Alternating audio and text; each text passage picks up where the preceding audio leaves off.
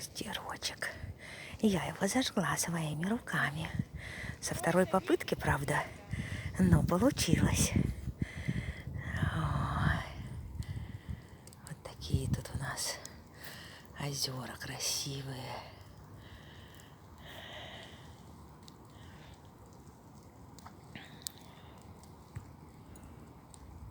Блин, а как его развернуть-то? Непонятно.